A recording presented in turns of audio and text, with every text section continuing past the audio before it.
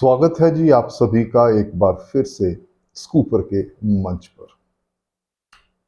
प्रधानमंत्री नरेंद्र मोदी का 2 दिन का पंजाब का दौरा जो है वो संपूर्ण हो गया कल। और कल उन्होंने अपनी जो दो आखिरी चुनावी जनसभाएं हैं वो जालंधर और गुरदासपुर में की।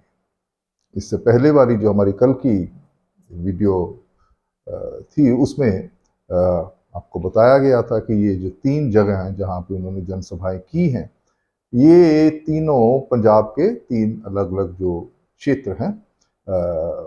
उनको उनका प्रतिनिधित्व जो है वो करती है। तो अब चूंकि दौरा कंप्लीट हो चुका है और मज़े की बात यह है कि आज राहुल गांधी जो हैं वो अमृतसर में आ रहे हैं। ये उनका पहला चुनावी दौरा होगा और एक दिन छोड़ के यानी कि 27 को जो दूसरे दिग्गज नेता हैं भारतीय जनता पार्टी के अमित शाह, वो लुधियाना में एक जनसभा करने जा रहे हैं। और आज से मात्र 5 दिन जो हैं वो मतदान में बचे हैं। 1 जून को मतदान होगा और ये 5 दिन कह लीजिए कि क़यामत के दिन हैं। और इसलिए क्योंकि इसमें जो सबसे बड़ी पार्टी है और जो सत्ताधारी पार्टी है बीजेपी, उसका बहुत बड़ा वकार जो है वो दांव पे लगा हुआ है। हम इसमें चर्चा करेंगे कि बीजेपी को इस दौरा जो है चुनावी दौरा इसके कंप्लीट होने के बाद, जबकि सभी सीटों के सभी उम्मीदवारों के हक में प्रधानमंत्री नरेंद्र मोदी ने अपनी पार्टी के लिए वोट मांगा है और उन्होंने एक ही मंच पर इन 3 जगहों पे अपने अपने उस क्षेत्र के जो जितनी भी संसदीय सीटें हैं उनके जो प्रत्याशी हैं उनको मंच पे अपने साथ जो है उन्होंने रखा और उनको एक तरीके से लोगों से जो है वो इंट्रोड्यूस किया उनका नाम लेकर। और साथ ही साथ उन्होंने कुछ ऐसी टिप्पणियां भी की हैं जो कि बहुत दिलचस्प हैं। और उन टिप्पणियों का चाहे वो एक शब्द इस्तेमाल किया उन्होंने, लेकिन उसका बहुत गहरा एक चुनावों की दृष्टि से एक बहुत गहरा उसका एक अर्थ है। तो क्या है वो अभी हम आपको बताते हैं। और 5 सीटों का जिसका आकलन हमने कल किया था, उसके बाद जो बाकी की 8 सीटें हैं वो 4 सीटें, 4 लुधियाना की जो जनसभा में उन्होंने 4 प्रत्याशियों को मंच पे एक जगह पे बुलाया और इन 4 संसदीय जो सीटें हैं उनके लिए लोगों से वोट मांगा। और उसी तरीके से 4 जो थे वो गुरदासपुर वाली उसमें जनसभा में उन्होंने किया। तो अब देखना यह है कि अब पूरी की पूरी 13 सीटें होगी और ये जो 8 सीटें हैं जो कल उन्होंने कवर की हैं नरेंद्र मोदी जी ने, उन 8 सीटों पे क्या क्या जो है बैठता है चुनावी जो है गणित, क्या बताता है आज इस वक्त जब मैं आपसे मुखातब हूँ इन सीटों पे जो आकलन है उसको लेके वहाँ पे कितनी की बीजेपी के जीतने की संभावना है। तो एक बात मैं बिल्कुल साफ कर देना चाहता हूँ कि बहुत से हमारे भी जो हैं सुनने वाले हैं वो कमेंट्स करते हैं, अपना अपना आकलन देते हैं। बहुत से तो 10 सीट भी बता रहे हैं कि बीजेपी की 13 में से 10 सीट आ जाएगी, कोई 6 कह रहा है, कोई 4 कह रहा है। हर व्यक्ति का अपना अपना आकलन है। और मुझे ऐसा लगता है कि इतना जो लंबा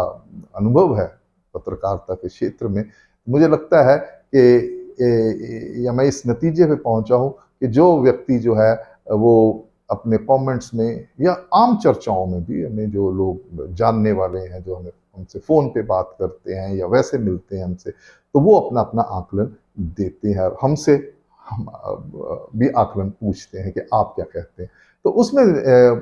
देखिए बात ऐसी है कि अगर कोई व्यक्ति कहता है कि 13 में से 10 सीटें आ जाएंगी, तो आप मान लीजिए कि वो पार्टी के प्रति, बीजेपी के प्रति वो कितना उसकी प्रतिबद्धता है, उसकी वो कितना पार्टी के साथ एक भावनात्मक तौर पे जुड़ा हुआ है कि वो चाहता है कि भाई जो वो सोचता है वैसा हो जाए। तो अक्सर यही हमारे मनुष्यों की जो है ट्रेजेडी हमारी यही है कि हम जीवन में हमेशा यही चाहते हैं कि जैसा मैं चाहता हूँ, मैं चाहती हूँ, वो दुनिया परिस्थितियां हैं उसके अनुकूल ढल जाएं, लेकिन ऐसा होता नहीं है। यही इंसान की एक ट्रेजेडी है। और इसी इसी ये जो द्वंद्व है, ये जो संघर्ष है हमारा इच्छाओं का और हमारा हमारा जो वर्तमान में जो हम असलियत में हैं, इसके बीच का ये जो गैप है, इसको मिटाना ही वो कहते हैं कि जीवन का सार है। बहरहाल हम ये जो चुनाव हैं, ये भी जीवन का एक हिस्सा है। तो यही बातें, यही चीजें इस जो चुनावी क्षेत्र जो है हमारे जीवन का, उस पे भी ये लागू होती हैं। तो बहुत सारे लोग कुछ 5 कहते, कुछ 6 कहते, लेकिन इन परिस्थितियों में होगा वही जो जो जो तथ्यों पे आधारित है, जो असलियत है, जो रियलिटी है। और एक एक एक पत्रकार की हैसियत से जब मैं आपसे अपने इस मंच पे आप मुझे देखते हैं, सुनते हैं, और मेरा एक कर्तव्य बन जाता है कि मैं आपसे पूर्ण ईमानदारी के साथ बात करूं। ना आपको मैं किसी तरीके से किसी अंधेरे में रखूं, आपको गलत बयानी करके आपका सिर्फ अपने व्यूज लेने के लिए ही मैं आपको खुश करने के लिए बातें करूं, वैसी बातें करूं जो आपके कान सुनना चाहते हैं। तो मुझे लगता है कि ये एक गलत बात होगी। ये एक किस्म की सभी सुनने वालों के साथ एक प्रोफेशनल बेईमानी भी मैं इसे कहता हूँ, प्रोफेशनल डिसऑनेस्टी भी होगी। अगर मैं गलत हो सकता हूँ, मैं सही हूँ, गलत हूँ, लेकिन सवाल ये है कि मुझे जितनी मेरी समझ है, जितना मेरा अनुभव है, मुझे आपसे ईमानदारी से बात करनी है। तो इसको लेके ये जो 8 सीटें हैं उनमें से हम देखते हैं, लेकिन इनके इनके आकलन करने से पहले मैं एक बात और साफ कर दूं कि ये पहली बार है जब बीजेपी अपने दम पे चुनाव लड़ रही है, अकेले, इसका गठबंधन नहीं है। और इससे पहले बीजेपी 3 जो उनके हिस्से में आती थी, एक गठबंधन का जो था इनका आपस में सीट शेयरिंग का था, तो उसमें जो ज्यादा सीटों पे श्रोमणी अकाली दल चुनाव लड़ा करता था, और बीजेपी के हिस्से में 3 सीट आती थी, जैसे अमृतसर हो गया और गुरदासपुर और होशियारपुर। इसके अलावा जो बाकी की 10 सीटों पे, उन पे बीजेपी आजादाना तौर पे पहली बार जो है वो चुनाव लड़ने जा रही है। तो जाहिर सी बात है कि जब जब गठबंधन था तो इन सीटों पे भाजपा का इतना ज्यादा, और वही वही वही जो रेशो थी वो जो राज्य के चुनाव थे, असेंबली के चुनाव में, वो तब देखने को मिलती थी। तो बीजेपी का एक सीमित प्रभाव था उन सीटों पे जहां पे वो या तो अपना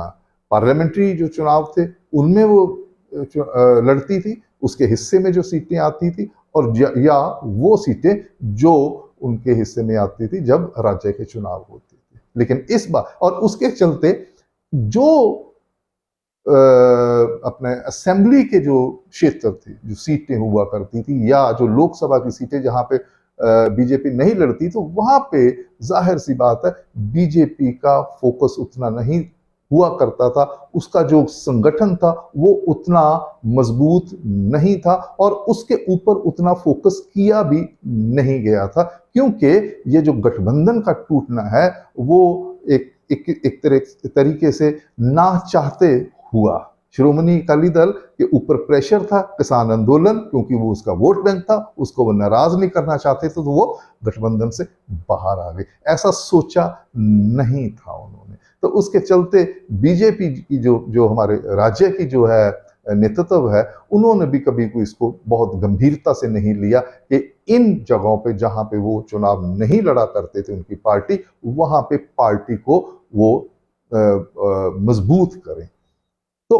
वो चीज जो है, वो उसकी जो कमी है और वो जो उसकी भरपाई है, वो इतनी जल्दी नहीं होने वाली है, और उसके लिए एक वक्त लगेगा। हाँ, ये मैं कह सकता हूं कि जिस तरीके से अभी पिछले कुछ जब से ये गठबंधन टूटा है तो ज्यादा समय नहीं हुआ, और वो समय बहुत कम होता है किसी पार्टी को पूरे राज्य में अपने आप को स्थापित करने के लिए, इस स्थिति में लेके आने के लिए कि वो अपने बलबूते के ऊपर, चाहे वो राज्य के चुनाव हो चाहे वो लोकसभा के चुनाव हो, वो एक अपना अच्छा जो प्रदर्शन कर सके और सत्ता में आने का की दावेदारी वो ठोक सके। तो अब क्या हो रहा है कि कौन सी सीटें ऐसी हैं, तो आप बाकी की सभी 10 सीटों को आप छोड़ दीजिए जहां पे बीजेपी चुनाव नहीं लड़ा करती थी, और ये बाकी की 10 सीटें वो हैं, आप इसमें अमृतसर, गुरदासपुर, होशियारपुर निकाल दें, ये बाकी की सारी सीटें। लेकिन बदली हुई सूरत हाल में हमने क्या देखा है, जो मेरी जानकारी है उसमें यह है कि बीजेपी, जैसे पहले वाली वीडियो में मैंने बताया कि बीजेपी का जो जो जो मुझे एक फर्स्ट हैंड इंफॉर्मेशन है, जो बड़े क्रेडिबल सोर्सेज हैं उनकी तरफ से, बीजेपी के अंदर से, कि पार्टी जो है इस वक्त ये जो लोकसभा का चुनाव है, इसमें तो वो अभी उन्होंने पंजाब में ना, जिसे कहते हैं कि अगर हम इसे मुहावरे की भाषा में बात करें तो पांव रखने के लिए ही अभी जगह बनाई है। इतनी बड़ी जगह नहीं बनी, लेकिन वो एक निरंतर प्रयासरत हैं इसके लिए कि उनका जो बेस है वो एक्सपैंड करे, वो बढ़े, उसका विस्तार हो, और उसके लिए बीजेपी ने बहुत मेहनत की है, ठीक है, और वो लगातार कर भी रहे हैं। इसके लिए अगर बीजेपी को हम ये कहें कि वो इस बात पे काम नहीं कर रही है तो ये गलत बात। मैं आपको इसको थोड़ा सा एक बता देता हूँ कि बीजेपी के ये पंजाब में टोटल जो है 24,500 जो बूथ हैं, और उनमें से कोई 19,800 जो बूथ हैं वहां पे उसकी मौजूदगी है, मतलब कि वहां पे उनके अपने कार्यकर्ता हैं, और ये एक बहुत बड़ी बात है। गठबंधन से पहले ये सिचुएशन नहीं थी, लेकिन अब उनकी मौजूदगी है, वो व्यक्ति वो काम कर रहे हैं, और इसके अलावा और भी संगठनात्मक स्तर पे पार्टी ने जो है वो काम किया है। और इनमें से 12,000 बूथ ऐसे हैं पार्टी के जहां पे 11 से 21 मेंबर जो हैं, 11 से लेके 21 मेंबर तक की इनकी अपनी कमिटियां जो बनी हुई हैं, वो 12,000 बूथों पे पार्टी के विस्तार का काम कर रही हैं। लेकिन ये बहुत, जैसे पहले कहा मैंने कि ये बहुत पहले से शुरू नहीं हुआ, अभी कुछ देर पहले से हुआ, और एक विधिवत तरीके से, एक संस्थागत तरीके से इस काम को अंजाम दिया जा रहा है, और इसके नतीजे जो है, इनके चलते लोकसभा के चुनाव में जो नतीजे हैं वो उतने इच्छा के अनुसार नहीं होंगे जितने की अपेक्षा आप 2027 के जो राज्य के चुनाव है उसमें कर सकते हैं। तो इन चीजों के चलते फिर हम वापस आते हैं कि जो सीट्स हैं बीजेपी की, किन किन सीटों पे बीजेपी जो है वो अच्छा कर सकती है। तो सबसे पहले कि ये बात बिल्कुल तय है कि जो बीजेपी है वो एक शहरी जो वोटरों की पार्टी है, जहां पे शहरी प्रभाव, माफ कीजिए, शहरी प्रभाव जो है जहां पे है एरियाज हैं, वहां पे वो अपना उसका एक प्रभाव है शहरी क्षेत्रों में। लेकिन देहात जो है वो उसमें उसकी उतनी जो पैंठ है वो नहीं है, उसकी मौजूदगी उतनी मजबूत नहीं है। लेकिन इसका अर्थ कतई ये नहीं है कि अभी पिछले कुछ समय से, जब से ये बीजेपी ने ये काम करना शुरू किया है, गांव स्तर पे भी वो काम कर रहे हैं, उसके चलते इसका मतलब कतई ये नहीं कि वहां पे उसको वोट नहीं मिलेगा। बावजूद ये तमाम ये जो प्रचार चल रहा है कि जी किसान जो हैं, किसान बीजेपी को गांव में नहीं घुसने देंगे, ये करेंगे वो करेंगे, इनकी विरोधता के चलते बीजेपी का तो गांव में से तो सुपड़ा ही साफ हो जाए, ऐसा बिल्कुल नहीं है। लेकिन ऐसा भी नहीं है कि बहुत बड़ी मात्रा में बीजेपी को वोट मिले। तो सबसे बड़ा फैक्टर जो जो जो इन ये गुरदासपुर और जालंधर की जो कल की जनसभाएं हैं, उनमें भी प्रधानमंत्री नरेंद्र मोदी ने इसी एक बात के ऊपर जोर दिया है। ये इसीलिए मैं जोर दिया है क्योंकि उनको मालूम है कि जो पार्टी है, उनका जो संगठन है वो जमीनी स्तर पे उतना मजबूत नहीं है। इसीलिए उन्होंने पहले पटियाला में, फिर जलंधर, गुरदासपुर में, फिर जलंधर में इस बात पे जोर दिया कि आप लोग जो भी वोट डालेंगे वो सीधा मोदी के खाते में जाएगा। तो मोदी जी अपनी जो पॉपुलैरिटी है, अपनी जो रेटिंग है, अपने अपना केंद्रीय जो उनकी सरकार है, उसकी जो भी उसने काम किया है उसके आधार पे वो वोट मांग रहे हैं। इसमें जो राज्य का बीजेपी की इकाई है और राज्य में उसने जो कुछ किया अभी तक, पहले तो गठबंधन होते हुए उनका तो बड़ा सीमित सा रोल था, तो इतना वो क्लेम नहीं कर सकते हमने पंजाब में ये किया है। लेकिन लोकसभा का चुनाव है तो इसमें प्रधानमंत्री नरेंद्र मोदी वो एक सेंट्रल फिगर है जिनके इर्द गिर्द बीजेपी की जो है सारा जो बीजेपी का काम है पंजाब में वो घूमता है। तो मोदी फैक्टर कितना असर डालेगा, ये बहुत बड़ा सवाल है। और मोदी फैक्टर के साथ ही जुड़ा हुआ जो इनका जो हिंदुत्व का जो प्लैंक है वो बहुत बड़ी ताकत है। और वो भी जो है, जो राम मंदिर का जो मुद्दा है उसकी सूरत में भी बीजेपी जो है उसको अपेक्षा है कि वो उनको वोट मिलेगा। और जैसे पहले कहा है कि हिंदू समाज है जो पंजाब का, जो शहरों में विशेषकर, वो भी इनको बड़ी मात्रा में इस बार वोट देने जा रहा है। तो पंजाब में एक बात आप जान लीजिए, जो पंजाब का जो हिंदू है वो बाकी के भारत के जो हिंदू जो है जैसे वो सोचता है वैसा नहीं सोचता है। उसका एक बहुत बड़ा कारण है, जैसे जो हिंदू और सिख जो है, अगर धार्मिक पहचानों के आधार पे इनका आपस में क्या जुड़ाव है, वो आपको पंजाब में वो मिलेगा। ज्यादा उसकी पकड़ जो है, मजबूती है, आपस में एक सौहार्द है, आपस में एक हार्मनी है, वो बाकी जगहों पे आपको हो सकता है ना मिले या उतनी इंटेंसिटी के साथ आपको दिखाई वो ना दे। पंजाब का जो हिंदू है उसकी सबसे पहले ये जो सिख मेजॉरिटी है पंजाब की, उनके साथ उनका एक ऐतिहासिक और एक सांस्कृतिक तौर पे एक आपस में एक शेयर्ड लेगेसी है, एक शेयर्ड उनका आपस में एक जुड़ाव है। चाहे वो पार्टीशन का मौका हो जब हिंदू और सिख दोनों ही विस्थापित हुए थे, जो आज का पाकिस्तान है, वहां से लेकर, और उसके बाद जो एक तो सनातन का जो मुद्दा है और दूसरा है कि इसमें एक समाज सुधार की जो लहरें चली हैं जिसमें आर्य समाज है, उसका एक बहुत बड़ा रोल है। और धर्म के आधार पे भी ये आपस में बहुत कुछ इनका साझा है, बहुत सारी ऐसी वैल्यूज हैं जो साझी है, और उनके चलते इनके साथ आपस में वो प्यार मोहब्बत जो पंजाब में है वो शायद आपको और जगह पे ना मिले। तो इसलिए सिर्फ धर्म के आधार पे अगर हम कहें कि पंजाब का हिंदू वोट करता है तो ऐसा नहीं है। अगर ऐसा हुआ होता तो 2014 में जब हिंदुत्व की लहर जो है वो शिखर पे थी और जिसके चलते पूरे भारत में बीजेपी को एक बहुमत, पहली बार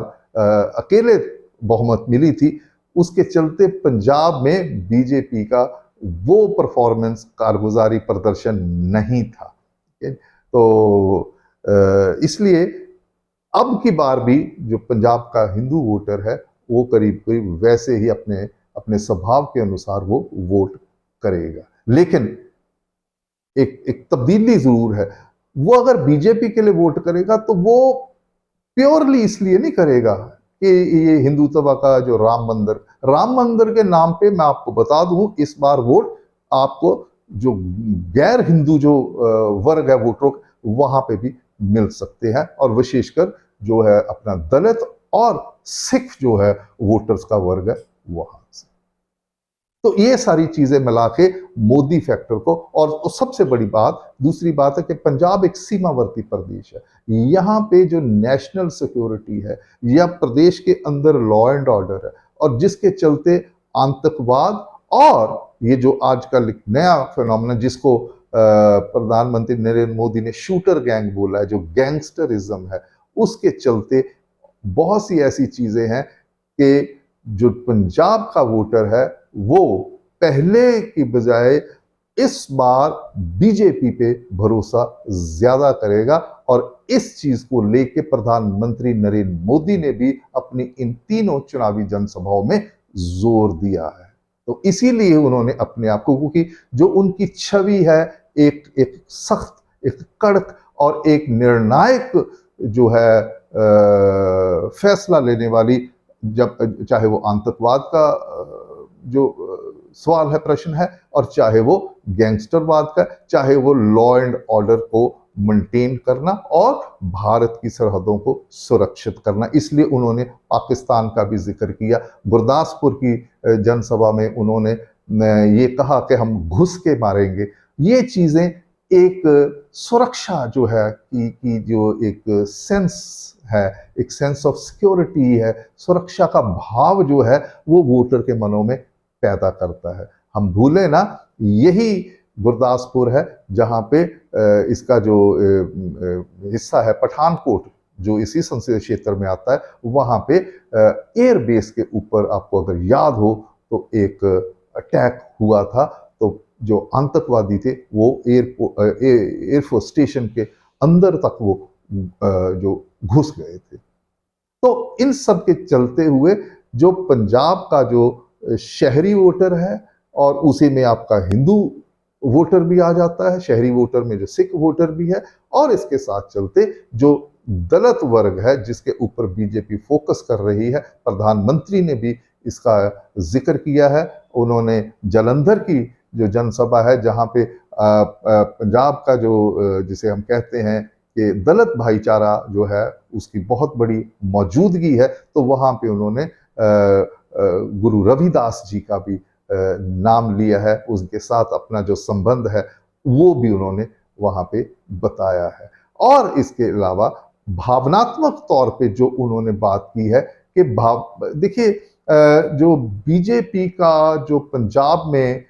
जो फोकस है, थ्रस्ट है, वो ज्यादा भावनात्मक तौर पे बीजेपी जो है उसको उस पे वो उसको घुमा रही है। क्योंकि ये जितने भी मुद्दे हैं, इनमें जो आर्थिकता के मुद्दे हैं, और दूसरी बातें जो विपक्ष कर रहा है, जो बेरोजगारी है जी, भ्रष्टाचार है जी, ठीक है, और संस्थाओं का जो है कथित तौर पे दुरुपयोग जो जी बीजेपी कर रही है, इन सब को से हट के भावना के ऊपर बीजेपी ज्यादा जोर दे रही है। क्योंकि जब जहां पे धर्म का सवाल आ जाता है, जहां पे राम मंदिर का मुद्दा आ जाता है, तो वहां पे वो क्या कहते हैं कि रैशनली नहीं सोचते हम भावना, तो एक श्रद्धा भाव होता है। तो ऐसा ही श्रद्धा भाव जगाने की कोशिश की है जब प्रधानमंत्री नरेंद्र मोदी अपनी जनसभाओं में अपने सिख गुरुओं की जो बात करते हैं, उनके प्रति अपनी श्रद्धा का जिक्र करते हैं। तो माफ कीजिएगा कि वीडियो थोड़ी सी लंबी हो रही है, लेकिन ये एक दो वीडियो से जरूर लंबी होगी। तो मैं अब आता हूं जिस बात पे आप लगता है कि इस वक्त तक आप बड़े इम्पेशेंट हो चुके होंगे, बहुत सारे हमारे जानने वाले, कि सीटों की बात तो ये कर नहीं रहे, लेकिन सीटों की बात तो करना, कम से कम हमारे मंच पे हम उसको एक कॉन्टेक्स्ट में रख के बात करते। ऐसा नहीं है कि जो मैं चाहता हूं कि वहां पे वो जीत रहा, वहां पे वो जीते, जहां मैं चाहता हूं बीजेपी को जिता दो और कांग्रेस को हरा दो, या कांग्रेस को जिता दो, आम आदमी पार्टी को हरा दो, या आम आदमी, तो ऐसा तो नहीं होने वाला इस मंच से। तो हम बड़ा एक रैशनल व्यू हमारा होता है, और ऐसा ही रैशनल व्यू हम आने वाले समय में भी लेते रहेंगे अलग अलग मुद्दों के ऊपर। तो जिन सीटों पे मुझे लगता है कि बीजेपी अच्छा करने जा रही है, उनमें से दो तो इनकी पारंपरिक सीटें हैं, होशियारपुर और गुरदासपुर, और उसके अलावा जो और सीटें हैं वो है पटियाला, लुधियाना, जालंधर और अमृतसर 6 सीटें हैं जिनके ऊपर बीजेपी का इस वक्त फोकस है। और ये 6 सीटें जो हैं, इनमें से 4 पटियाला, लुधियाना, जालंधर, अमृतसर, तो वो प्योरली अर्बन सीट्स हैं, और जो गुरदासपुर और होशियारपुर वो अर्बन सीट्स नहीं है, लेकिन वो पारंपरिक सीट्स हैं बीजेपी की। पारंपरिक का मतलब है कि बीजेपी पिछले 4-5 चुनाव में वहां से जीतती आ रही है। एक बार हार भी गई, लेकिन फिर भी वो अगर 5 बार चुनाव लड़ी है तो उसमें 4 बार जीता उसने। तो इसके चलते ये इन 6 में से भी इस बार जो 2 इसकी पारंपरिक सीटें हैं, गुरदासपुर और होशियारपुर, वहां पे समीकरण कुछ ऐसे हैं कि बीजेपी के लिए गठबंधन के चलते तो बीजेपी वहां से जीता करती थी, क्योंकि ये उसके हिस्से में भी आता था, वहां पे उम्मीदवार होते थे, इसलिए वहां से तो जीतना था। जहां पे उम्मीदवार ही नहीं है इसके, तो वहां तो सवाल ही नहीं पैदा होता। तो ये जो 2 सीटें हैं वहां पे बीजेपी अकेले लड़ रही है। अब बीजेपी क्या अपने गठबंधन वाली के चलते जो इसका प्रदर्शन था, क्या उसको दोहरा पाएगी? और इस पे एक बहुत बड़ा प्रश्न चिन्ह है। तो सबसे पहली बात तो इसलिए क्योंकि बीजेपी अकेले लड़ रही है, और इसका जो संगठन है वहां पे वो वैसा नहीं था। जैसे मैंने पहले कहा कि बीजेपी जब गठबंधन में थी तो इसका जीतना तकरीबन निश्चित माना जाता था, तो कोई कंबाइंड फोर्स होती थी। और अब वो जो श्रोमणी अकाली दल है, ज्यादा या कम, लेकिन इसका बहुत बड़ा एक वोट हुआ करता था जो बीजेपी के हक में भुगतता था। तो इसके चलते बीजेपी वहां से तो ये बहुत बड़ी एक चुनौती है। और जिस तरीके से वहां पे जो समीकरण है, ना सिर्फ इन 2 सीटों पे, ये पंजाब की सारी सीटों पे है। जो पहली बार, जैसे पहली वीडियो में मैंने कहा कि 4 कोनिये में मुकाबला है, जिसके चलते ये बड़ी एक इवन सी गेम है, और जिसके चलते जितने भी सियासी पंडित हैं, जानकार हैं, विश्लेषक हैं, या फिर पार्टियों के नेता भी हैं, उनको भी समझ में नहीं आ रहा कि अब क्या होने वाला है। कोई लहर नहीं है। कमोबेश बीजेपी के लिए वही स्थिति है जो 2022 के जो असेंबली का चुनाव था। मुझे याद है कि अमित शाह जी से जब पूछा गया कि आप पंजाब के बारे में क्या सोचते हैं जब मतदान होने के बाद, तो कह रहे कि पंजाब में कौन जीतेगा ये तो सिर्फ कोई ज्योतिषी ही बता सकता है। तो तकरीबन वही स्थिति अब बनी हुई है। लेकिन हम तो ज्योतिषी नहीं हैं, हम तो राजनीतिक एक विश्लेषक हैं, तो हम तथ्यों के आधार पे आकलन करते हैं। तो इसलिए ये जो दोनों पारंपरिक सीटें हैं, इस पे एक कड़ी चुनौती है। बीजेपी कितनी अपने आप को कवर करती है, उसमें जो बीजेपी का इस वक्त की रणनीति इन लोकसभा चुनाव में कि हिंदू वोटर और उसके साथ एक बहुत बड़ा सिख जो वोटर है,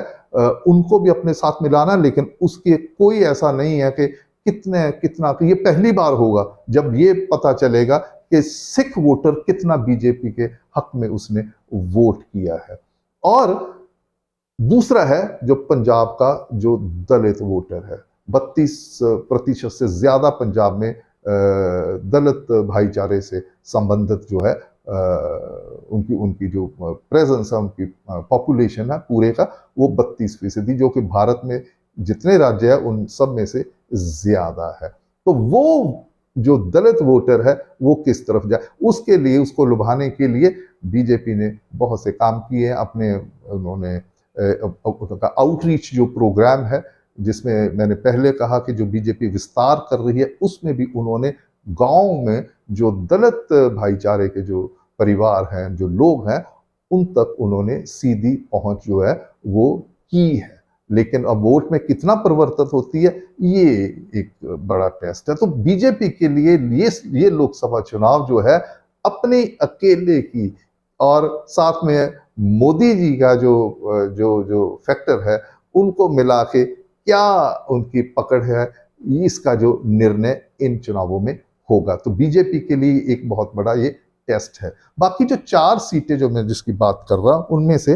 लुधियाना, जालंधर, अमृतसर और पटियाला। पटियाला में और जालंधर में और लुधियाना में स्थिति ये है कि वहां पे बीजेपी का अपना पारंपरिक जो नेता, वो उम्मीदवार नहीं है। पटियाला में महारानी प्रणीत कौर कांग्रेस से आई और लुधियाना में रवनीत सिंह बिट्टू वो कांग्रेस से आए हैं और जालंधर में सुशील कुमार रिंकू जो पहले कांग्रेस में थे फिर आम आदमी पार्टी में आए। आम आदमी पार्टी की टिकट मिलने के बाद भी वो बीजेपी में आए और उनको टिकट मिला। तो ये तीनों जो प्रत्याशी हैं वो बीजेपी के नहीं है। क्या ये जो रणनीति है, ये जो स्ट्रेटेजिक मूव है बीजेपी की, ये कितनी जो असर दिखाएगी ये तो चुनाव के नतीजे ही बताएंगे। लेकिन ऐसी उम्मीद की जा रही है कि इन तीन सीट्स पे बीजेपी बहुत अच्छा करने जा रही है। कम से कम उनका जो वोट शेयर है वो एक चौंकाने वाले हद तक जो है वो इनको मिलेगा, बढ़ेगा उनका। और चौथी सीट जो है वो अमृतसर की है जहां पे उन्होंने तरनजीत सिंह संधू, एक जाट सिख परिवार से संबंधित है, बड़ा इलस्ट्रियस फैमिली है अमृतसर का। उनके पिता और उनके जो दादा थे वो बहुत बड़ा सिख जगत में बहुत बड़ा नाम था और वो भारत के राजदूत, डिप्लोमेट राजदूत रह चुके हैं और वो खुद भी बहुत जबरदस्त तरीके से अपना जो है चुनावी जो कैंपेन वहां पे उसको अंजाम दे रहे हैं और वो एक पहली बार फर्स्ट टाइमर है वो चुनाव लड़ रहे। उनके चलते जाट सिख वोट जो है, बीजेपी का वोट तो जो पारंपरिक वोट है अमृतसर में वो तो पड़ेगा ही पड़ेगा, तो जाट सिख वोट कितना बीजेपी को आता है और दलित जो है वोट कितना आता है, ये एक चुनौती वहां पे है अमृतसर में। तो कुछ भी कहना वहां पे बहुत अच्छा कर सकते हैं ऐसी संभावना जता रही है। लेकिन अंततः जो समीकरण है, जो चुनावी गणित है, जो चार कोणीय मुकाबला है, तो उसमें डिपेंड ये करेगा कि दूसरी पार्टियां वो उनका वोट शेयर क्या होता है। और इसमें एक चीज और बताऊं कि इन दो जनसभाओं में जो गुरदासपुर वाली थी जिसमें तरनजीत संधू के अलावा और जो 4 संसदीय क्षेत्र हैं उनके उम्मीदवार वहां पे थे, तो वहां पे जब उन्होंने इंट्रोड्यूस किया नरेंद्र मोदी जी ने, तो उन्होंने तरनजीत संधू का एक बकायदा विशेष तौर पे उसका वो किया, जिक्र किया उन्होंने और उन्होंने ये जताने की कोशिश की कि अगर आप इन्हें जताते हैं तो जो इनको मंत्रिमंडल में, जैसे लोगों की वहां पे चर्चाएं भी हो रही हैं कि मंत्रिमंडल में भी इनको लिया जा, ऐसी कहा नहीं है लेकिन ऐसा उन्होंने एक प्रभाव देने की कोशिश की कि उनको कोई अच्छा जो है वो स्थान जो है बीजेपी की तीसरी बार सरकार बनती तो मिलेगा। तो इसका एक बहुत बड़ा असर जो है वो जा सकता है लोगों को कि हमारी वोट जो है वो वेस्ट नहीं होगी, तो लोग जो है वो तरनजीत संधू के हक में वोट दे सकते हैं। उनके खिलाफ कुछ नहीं है कहने के लिए क्योंकि वो पहली बार चुनाव लड़ रहे, बिल्कुल गैर राजनीतिक जो उनकी पृष्ठभूमि है। ऐसा ही कुछ उन्होंने जालंधर की जो जनसभा थी जिसमें 4 संसदीय क्षेत्र और थे, जिनमें से एक लुधियाना का भी था, जिनमें रवनीत सिंह बिट्टू का जब उन्होंने इंट्रोड्यूस करवाते हुए नाम लिया तो प्रधानमंत्री ने ये कहा, मेरे मित्र, ये शब्द जो मित्र है ये सिर्फ रवनीत सिंह बिट्टू के लिए उन्होंने इस्तेमाल किया अपने इस पूरे चुनावी दौरे के अंदर, अपनी सारी जनसभाओं के अंदर। ये मित्र शब्द एक शब्द है लेकिन इसके अर्थ बड़े गहरे हैं और मुझे लगता है कि प्रधानमंत्री नरेंद्र मोदी जिस किस्म के एस्ट्यूट एक पब्लिक स्पीकर हैं, जो नेता हैं, जो लोगों की नब्ज को जानते हैं, उनका ये शब्द इस्तेमाल करना ये प्रभाव देता है कि यहां से अगर आप रवनीत सिंह बिट्टू के पक्ष में आप वोट डालते हैं तो उनको भी केंद्रीय स्तर पे सरकार के अंदर जब बनती है तो एक कोई महत्वपूर्ण जो पद है वो मिल सकता है। तो ये भी एक इसके चलते मैं आपको बता दूं कि जब से ये रवनीत बिट्टू आए तब से ये चर्चाएं जो है चल रही हैं कि रवनीत सिंह बिट्टू को ये लोग बोल रहे हैं कि रवनीत सिंह बिट्टू को ये आश्वासन दिया गया कि अगर आप चाहे हार जाएं चाहे जीत जाएं, हम आपका ख्याल रखेंगे, कोई महत्वपूर्ण जो है वो पद देंगे। तो उसके चलते इस बात का असर लुधियाना के संसदीय क्षेत्र के जो वोटर हैं उन पे पड़ सकता है कि अगर रवनीत सिंह बिट्टू को वोट डालते हैं तो वो वोट वेस्ट नहीं होगा। तो अंततः ये ऐसा होता है या नहीं होता है, ये 4 जून को ही पता चलेगा। तब तक के लिए ये सारे के सारे जो उम्मीदवार, ना सिर्फ बीजेपी बल्कि दूसरी जितनी भी पार्टी हैं, उनकी जो किस्मत है वो सिर्फ मुट्ठी में है। किसी को कुछ मालूम नहीं कि कौन जीत रहा है। बाकी आकलन है, उसके लिए आप आजाद हैं, आप कुछ भी कर सकते हैं। आपकी पार्टी के प्रति कितने समर्पित हैं इसका आभास तब होता है, इसका सबूत तब मिलता है जब आप ये कहते हैं कि जी मेरी पार्टी, आम आदमी पार्टी के जो समर्थक हैं, कट्टर समर्थक हैं, वो कहते हैं कि जी हम तो 13 जीतेंगे। अकाली दल भी कहता हम जीतेंगे। कांग्रेस कहते जी हम तो हमेशा ही जीतते रहे, इस बार भी, पिछली बार 8 जीते थे, इस बार भी हम जीतेंगे। इसी तरीके से बीजेपी, लेकिन ये उनके अपने दावे होते हैं। जो असलियत है वो कुछ और ही होती है। इस सारे ये जो चुनावी माहौल बना हुआ है पंजाब में इस बार का, इसके चलते अगर किसी को भी स्पष्टता है कि क्या होने जा रहा है, और वो है सिर्फ और सिर्फ पंजाब का वोटर, और किसी को नहीं है। हम जो बातें कर रहे हैं, मैं आपसे जो बातें कर रहा हूं, इसमें कितनी सही कितनी गलत है, ये भी जो चुनाव के नतीजे है वही बताएंगे। लेकिन ये जब 4 सीटें हैं जिनके ऊपर मैं कह रहा हूं कि बीजेपी को ये 4 सीट मिल सकती है, तो ये प्रोबेबिलिटी के, जब मैं ये कहता हूं कि 4 सीटें मिल सकती, तो इसका अर्थ ये भी हो सकता है कि बीजेपी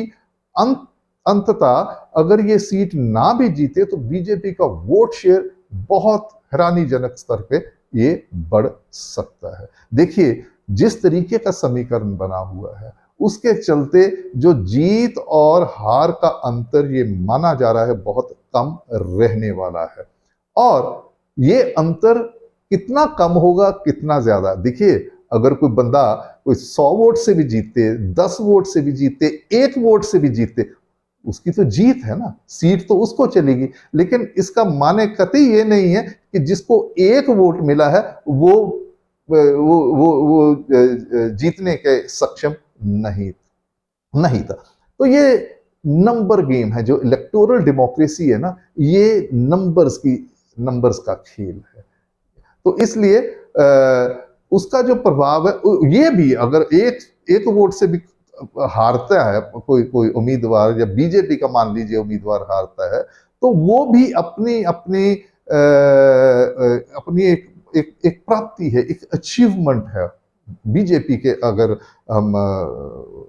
कॉन्टेक्स्ट में देखें। तो जहां से आपने शुरू किया है, आपने 0 से शुरू किया है, तो अगर आप 5 की स्केल तक पहुंचते हैं, 6 की, 7 की, तो ये भी एक जीत ही है, जीत से कम नहीं है। और चुनाव ये आखिरी चुनाव नहीं है, इसके बाद भी चुनाव होंगे, और उसके बाद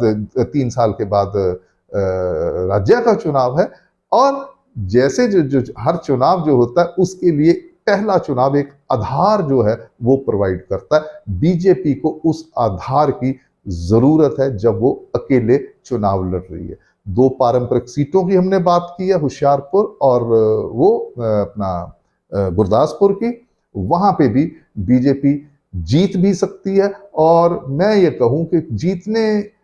इसको थोड़ा सा एक थोड़ा सा ह्यूमिलिटी के साथ बात करूं,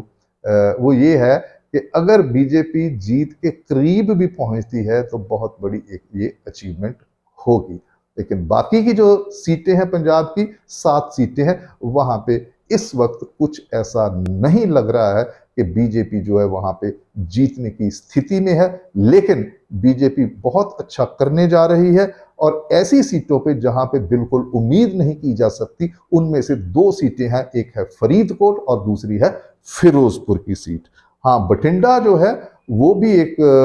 बड़ी चुनौतीपूर्ण है चुनाव है। बीजेपी ने बहुत कोशिशें की है, लेकिन बीजेपी वहाँ पे जो उसका कोई पारंपरिक आधार है, उसके आधार पे नहीं, बल्कि वो जो ये जो जोड़-तोड़ का जो खेल है, दूसरी पार्टी से लेके आना बंदे और उनको उम्मीदवार बनाना, या दूसरी पार्टियों में से जो जो तोड़-फोड़ हो रही है, बीजेपी, मैं नहीं कहता बीजेपी कर रही, दूसरी पार्टियों में जो आवागमन चला हुआ आजकल पंजाब में, वो इधर आ गए, वो उधर चले, तो वो उसके आधार पे जो गणित बैठेगा, उस पे भी ये निर्भर करेगा कि बीजेपी का प्रदर्शन, उसका वोट शेयर कितना रहता है। तो फरीदकोट और फिरोजपुर, वहाँ पे हंसराज हंस फरीदकोट में वो अपने चुनावी अभियान को जिस तरीके से चला रहे हैं, वो आप ये मान लीजिए कि वो एक जीरो से, स्क्रैच से उन्होंने शुरू किया, और जिस और वो लेके जा रहे हैं, वो मुझे लगता है कि एक बहुत बड़ी बात है। वहां पे कोई बड़ा नेता नहीं गया, सिर्फ प्रधानमंत्री नरेंद्र मोदी ने पटियाला की जनसभा में फरीदकोट उनका उनका इंट्रोडक्शन करवाया था, उनके बारे में कहा था, जैसे उन्होंने दूसरे उम्मीदवारों के बारे में कहा था। और फिरोजपुर में जो है, और सॉरी, इससे पहले कि जो फरीदकोट में है, जो वो खुद एक रिजर्व सीट है, आरक्षित सीट है, वहां पे इनका जो अपना एक सेलिब्रिटी स्टेटस है, और बहुत अरसे से, ऐसा नहीं है वो पिछले 1 2 4 साल में ही वो एक सेलिब्रिटी बने, वो बड़े पुराने हैं, और उन्होंने चुनाव भी लड़ा है, और उनका फरीदकोट में बहुत आना जाना भी रहा है, उनका संबंध है फरीदकोट के साथ। और दूसरा, वो जो किसान विरोध को अपने हक में जो भुगताने की जो उनका प्रयास है, वो काबिले तारीफ है। वहां पे लग रहा है काबिले तारीफ, मैं इसलिए कह रहा हूं कि इसमें मैं कोई जजमेंट नहीं दे रहा, मैं इसलिए काबिले तारीफ कह रहा हूं कि एक अकेला व्यक्ति इतना भारी विरोध है, उसके बावजूद वो उसको इस तरीके से स्ट्रेटेजिकली हैंडल कर रहा है कि उसके विरोध जो करने वाले हैं लोग, जो है मतदाता है, उनके मन में विरोध के चलते हंसराज हंस के लिए एक सहानुभूति की जो एक भाव है, वो पैदा हो रहा है वहां पे। इसको लोग मान रहे हैं, और इसके चलते वहां के गांव से भी, जो फरीदकोट के, वहां पे बीजेपी को वोट मिलने वाला है। और सबसे बड़ी बात, जो आरक्षित सीट है, यहाँ पे जो दलित भाईचारा, विशेषकर जो गांव में, ठीक है, तो उसको भी वो अपने हक में लाने का जो उनका प्रयास था, उसमें वो सफल होते दिखाई दे रहे हैं। तो आज की तारीख में मैं ये नहीं कहूंगा कि हंसराज हंस वहां से जीत रहे हैं। ये क़यामत के दिन जो 5 हैं, इनमें क्या खेला होता है, ये तो भविष्य के गर्भ में है। लेकिन अपनी तरफ से उनका प्रयास, बहुत जबरदस्त प्रयास जो है, वो हंसराज हंस कर रहे हैं। वैसे ऐसी इक्वेशन बन रही है कि किसानों का विरोध जो है, उसके चलते बहुत सारा वर्ग है वोटर्स का, दलित भाईचारे से संबंध विशेषकर, वो इनके हक में जा सकता है। और फिरोजपुर की सीट पे राणा गुरमीत सोढी, जो पुराने कांग्रेस से आए हैं, और उनका अपना आधार, वह पूर्व मंत्री भी रहे हैं, वहां पे जिस किस्म का चल रहा है, वहां पे बीजेपी का जब गठबंधन था, तो वहां से उनके विधायक भी रहे, सुरजीत कुमार जियानी, वो मंत्री भी रहे हैं। इसके चलते वहां पे जो जलंधर शहर है, जलंधर कैंट है, या कुछ ऐसे क्षेत्र हैं जहां पे बीजेपी की अपनी पकड़ है, अपना आधार है। लेकिन वहां पे अब इस बार श्रोमणी अकाली दल के जो अध्यक्ष हैं सुखबीर सिंह बादल, वहां पे चुनाव नहीं लड़ रहे हैं। उन्होंने वहां के पूर्व सांसद थे, उनके बेटे को, नरदेव सिंह बॉबी मान को, वहां पे उतारा है। तो वो नुकसान जो बीजेपी को फिरोजपुर में या बाकी जगह पे हो रहा है, वही नुकसान श्रोमणी अकाली दल को भी वहां पे हो रहा है। ठीक है, तो उसके चलते बहुत बड़ा एक वोट का जो है, वो अकाली दल से वो टूटेगा, और वो बीजेपी के हक में आएगा। और उसके चलते समीकरण अभी कुछ ऐसे लग रहे हैं कि वहां पे जो कांग्रेस के जो उम्मीदवार है, प्रत्याशी है वहां पे, उनका एक अपर हैंड वहां पे दिखाई दे रहा है। तो ये एक आज प्रधानमंत्री के दौरे के बाद का ये जो आकलन है, बड़ी ईमानदारी के साथ बड़ी स्पष्टता के साथ जो मेरा अनुभव है उसके आधार पे मैं आपके साथ साझा कर रहा हूँ। और वीडियो बहुत लंबी खिंच गई है, और इतनी लंबी वीडियो मुझे लगता है कि ये समय की मांग है कि जिस तरीके से हमने इसको क्योंकि तमाम पहलुओं को, ये वो कट एंड पेस्ट वाला काम नहीं होता है एनालिसिस करना, ठीक है जी। ये जल्दी जल्दी में ये जीत रहा, वो जीत रहा, वो हार रहा, ये हार, ऐसा नहीं होता। मेरी कोशिश यही रहती है कि आप लोग जो सुनने वाले हैं, ना सिर्फ आपको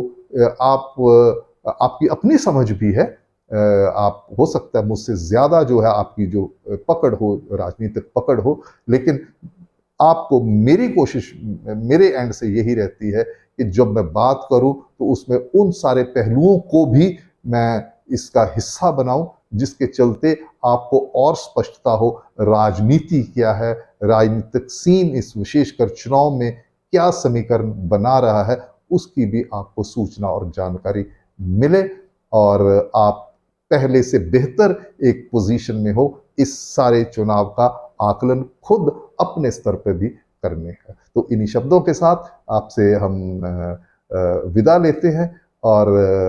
अभी आज जैसे मैंने पहले कहा, राहुल गांधी जो आ रहे हैं वो क्या बोलते हैं, प्रधानमंत्री, और उसके बाद परसों अमित शाह आ रहे हैं, और भी दिग्गज नेता इन 4-5 दिनों में आएंगे। और एक बात तय है कि ये जो 25, 23 और 24 का जो चुनाव का दौरा है प्रधानमंत्री नरेंद्र मोदी का, इसने एक्चुअली असल में इसने पंजाब का जो चुनावी एजेंडा है उसको सेट किया है। दूसरों के प्रतिक्रम भी आ रहे हैं, उन्होंने मजबूर कर दिया है कि वो इसको रिएक्ट करे जो मुद्दे प्रधानमंत्री ने उठाए। अब राहुल गांधी क्या कहते हैं इसके साथ उसके बारे में एक चर्चा करेंगे हम जब वो उनकी खत्म हो जाएगी। आज या कल सुबह तक आपसे वीडियो के जरिए हम उसके ऊपर भी अपना एक विश्लेषण देंगे। तब तक के लिए हमारे साथ जुड़े रहने के लिए आपका बहुत बहुत धन्यवाद। इसी तरीके से आप हमारे इस चैनल के साथ जुड़े रहें भविष्य में भी। बहुत बहुत धन्यवाद।